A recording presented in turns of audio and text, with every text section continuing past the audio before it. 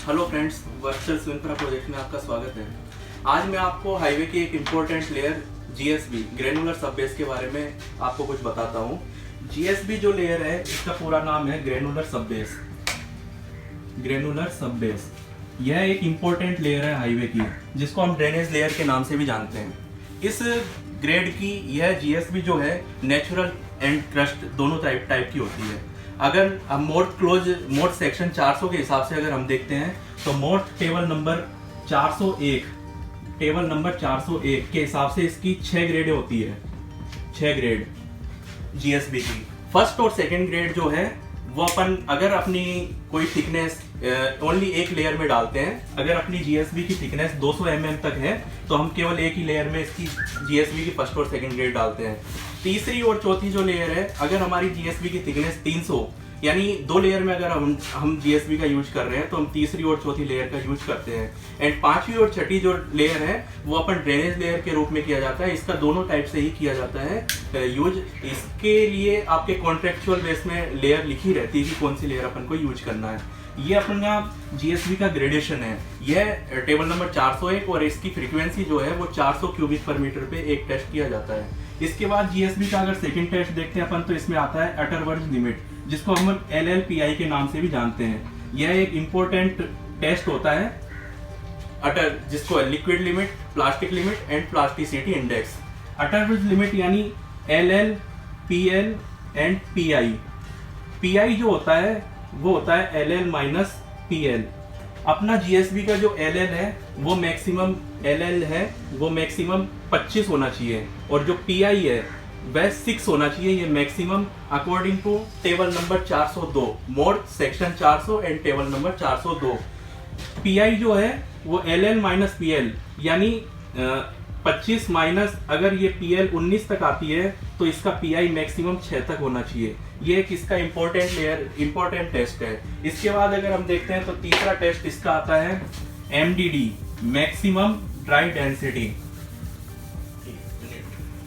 तीसरा टेस्ट आता है important MDD maximum dry density. यह जो अपनी कोड IS 2720 पार्ट 8 इसके हिसाब से यह टेस्ट किया जाता है। जो जीएसबी की MDD है मैक्सिमम ड्राई डेंसिटी है वो लगभग 2200 से 2300 kg पर m3 2200 से 2300 kg पर m3 यानी 2.2 से 2.3 ग्राम पर सीसी तक इसकी MDD होती है। ग्राम पर सीसी इसकी MDD होती है। इसके बाद चौथा टेस्ट आता है इसका CBR कैलिफोर्निया बियरिंग रेशो। यह भी एक इम्पोर्टेंट टेस्ट है।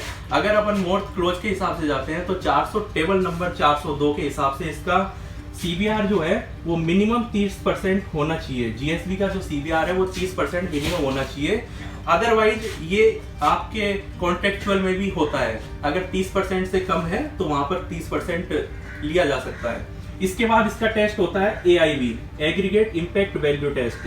वैसे तो किसी एग्रीगेट का किसी भी चीज में अगर अपन यूज कर रहे हैं तो सबसे important water absorption and AIV test होता है। AIV टेस्ट इसका इंपॉर्टेंट है। इसकी code number IS 2386 part 4।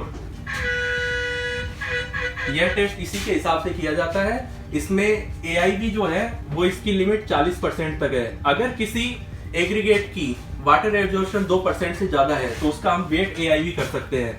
Wait AIV इसकी इसमें जो अपन IS कोड लगाते हैं वो IS 5640 के हिसाब से किया जाता है। इसके बाद FDD टेस्ट होता है। FDD मतलब फील्ड ड्राई डेंसिटी।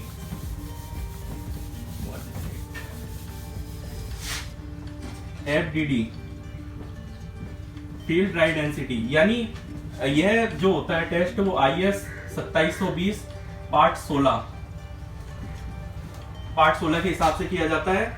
इस टेस्ट में अपन जो अपना लेयर हुई है उसका कॉम्पेक्शन निकालते हैं।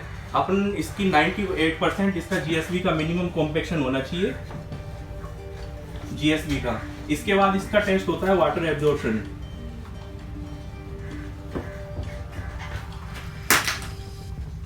IS 2386 part 3 water absorption maximum 2% होना चाहिए किसी भी एग्रीगेट का।